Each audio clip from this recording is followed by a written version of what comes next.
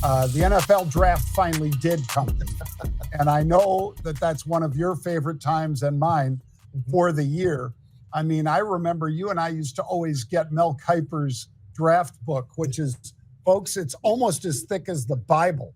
I mean, he grades every single kid, even if he's going to be a free agent signing. He's grading probably the top, I'm going to say 500 or 700 potential players, Pete. Right. So it's a thick book, and obviously a lot of time dedicated to the likes of Shadur, who I know is one of the people that you're going to talk about here, Pete. But it was pretty amazing to see how far he slipped, wasn't it? Yeah. That part was incredible. It absolutely was, John. But look, first off, let's just go to kind of break it down. You and I were both watching the draft at different times, but the first round is always interesting. It's long, but I'll tell you what, all you got to do, and you and I have been talking about this all morning, the NBA Finals can't even come close to what the NFL Draft looks like for viewers. So that gives you a little bit of an idea of how important this is to the fan base of the NFL and of the different colleges and everything. And everybody feels like a winner at the very end for the most part. And every once in a while there are some out there that maybe some of the picks are a little bit questionable. But this year, the one that I think really did it all, John, was Seattle. I looked at what the Seahawks were able to do. They're a team that was kind of up and coming last year. Now the quarterback is gone. He's in Las Vegas. They've done a lot of things, but they did pick up Sam Darnold, gave him a heck of a lot of money. He had a great year at the Minnesota Vikings, and I think they wanted to make him pretty comfortable, John. And why do I say that? Well, they grabbed him another tight end, and he did a great job with the tight ends with the Minnesota Vikings, but Sam Darnold will be thrown to this guy Arroyo from Miami. I'll tell you what, John, 6'5", 250 pounds. The guy runs like an absolute deer. He has had some injuries, but he was their third-round pick. Their second-round pick was a kid that I thought was the very best player in the draft. It doesn't mean he's the best player for the NFL, but his athleticism and what he did last year at South Carolina is absolutely incredible. I mean, he's only just short of 6'4", weighs about 235 pounds, runs a 4.3 40, has a 40-plus vertical. I mean, there is nothing. He's a genetic freak, and he looks a lot like, and he's going to remind those fans of DK Metcalf, the old receiver, who looked a lot like that, big, fast, strong, everything. This guy's very, very similar to that, but he's a safety who probably could play just about any position on the defense, John. He could be an outside edge rusher. He could be a safety. He could be a linebacker. I mean, that's how talented this kid is and how much I think the world of what he did. It's not just a combine guy either. He's a guy who's a freak show. Then they got an offensive lineman from North Dakota State. All he did in his career, John, was played right tackle, right guard, left guard, and center. And he's an absolute freak. He's had 41 starts at North Dakota State.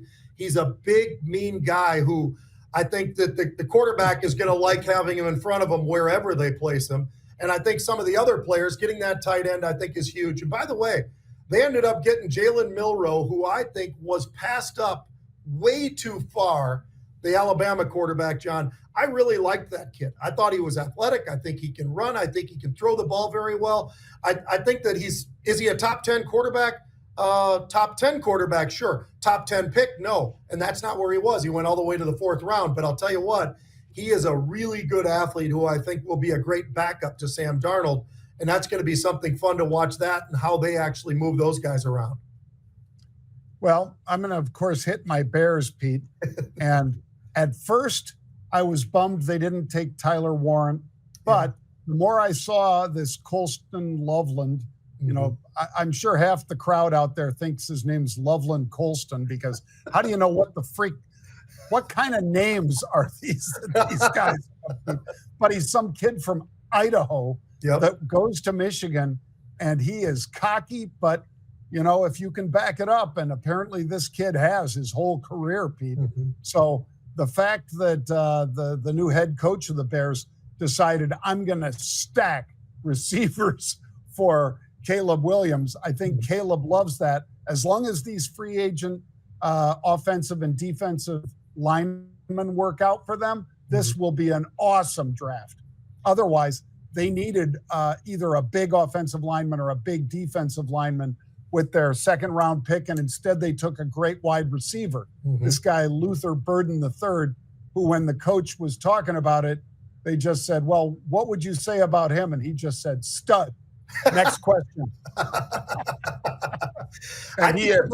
I think the Bears did do a great job, John. They did what they needed to do, and it's something you and I talked about. I think a good head coach and general manager is going to go out and say, what do we need during free agency? We need offensive linemen. They signed offensive linemen. They didn't really need the offensive linemen anymore because they signed them from free agency of guys who've already proven themselves in the NFL rather.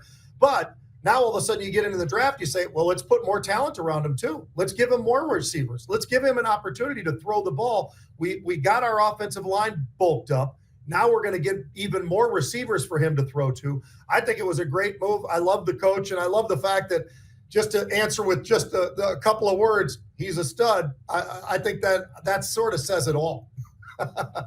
Yep. Well, and then in the third round, Pete, the Bears got one of the biggest guys in the draft, not in terms of name. He's a whatchamacallit, a Boston College kid, Pete. Yep. Not that they don't get noticed. I mean, you and I know Doug Flutie pretty well, and he got noticed. Yeah, he got and he's a little guy. This guy, Ozzie Trapillo, he is 6'8", almost 6'9", Pete, 320 pounds. That is a big offensive tackle, no matter how you slice it. And so that's going to be that kid's going to start, Pete, is my prediction. And they got a couple good free agents, but I think this kid, again, third round pick, they traded down and they still got the guy they wanted. That is something that Chicago rarely does very well, but I think the coach is already showing that he's smart as well as just a very good judge of raw talent, the kind that the Bears needed so desperately. Next up, John, let's just hit real quick. We got to talk about this. Shedeur Sanders, everybody was talking about it. The guy didn't go in the first round. Everybody was shocked. Didn't go in the second round, third round. All of a sudden, he's starting to slide. And there was all this discussion, all sorts of crazy things being said. We're going to skip all that crap. Why don't we just jump to this? He went at pick 144. What makes that really, really, really interesting, at pick 94, Cleveland Browns, who did they take? They took a quarterback. It was Dylan Gabriel from Oregon. Now, you take him at 94, and Shedeur slides all the way to 144. They got two older quarterbacks that they signed in the recently, but before the draft. And of course, they still got the money that they've got in Watson. So they've got a heck of a lot of quarterbacks there. I don't know how this is going to literally work out, John, but there's a lot of guys competing for just a few spots. But Shedeur, I think, got humbled. And will he be humbled, I guess I should ask you, because we know what happens within the family. They have a hard time being humble. Is he going to be humbled now that he got picked 144 and they took a quarterback in front of him at 94? You tell me. You know a little bit more about him than I do at Colorado. Well, I don't know that there were any players, Pete, that were more famous than those three players on a team. So in other words, with the Colorado Buffaloes, Shedeur Sanders, Shiloh Sanders, brothers, of course, and sons of Dion, as well as Travis Hunter. They were so famous that my daughter, who goes to the University of Colorado, said they don't even go to school.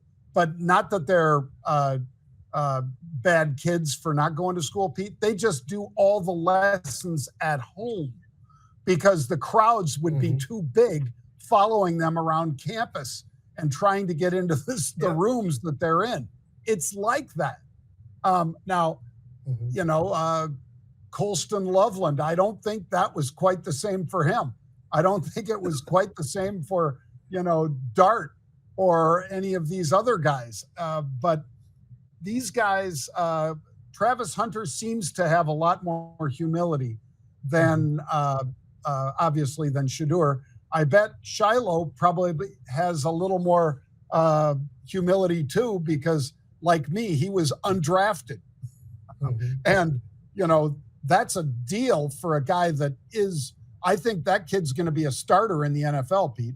Could be wrong.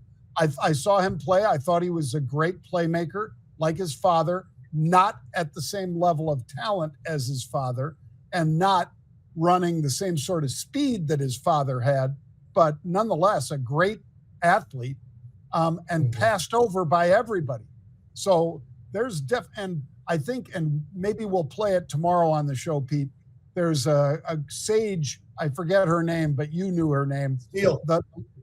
Yeah, she did a great job breaking down, is it racist? Is it prejudice? And she said, no, it's not. She said, look at, the what was it? 26 of the first 32 players taken were black. It's not a question of racism. It's a question of, is there the same ability to teach a player that doesn't want to be taught, that thinks he knows it all or whatever? I think that was a real concern. And also in the locker room, what's he going to be like? Because we talked extensively, you and I did, about, that there was a great quarterback for the Seattle Seahawks. And yet that kid didn't do well in Denver because he decided he needed his own space. He didn't need to be in the locker room. He needed to fly on his own jet and all this kind of crap. That's not the makings good team player. And these guys, we need to see whether or not they can be team players. They've got the skills and they've got the athleticism. The question is, do they have just a modicum of humility so that they can actually contribute to a team rather than being an individual?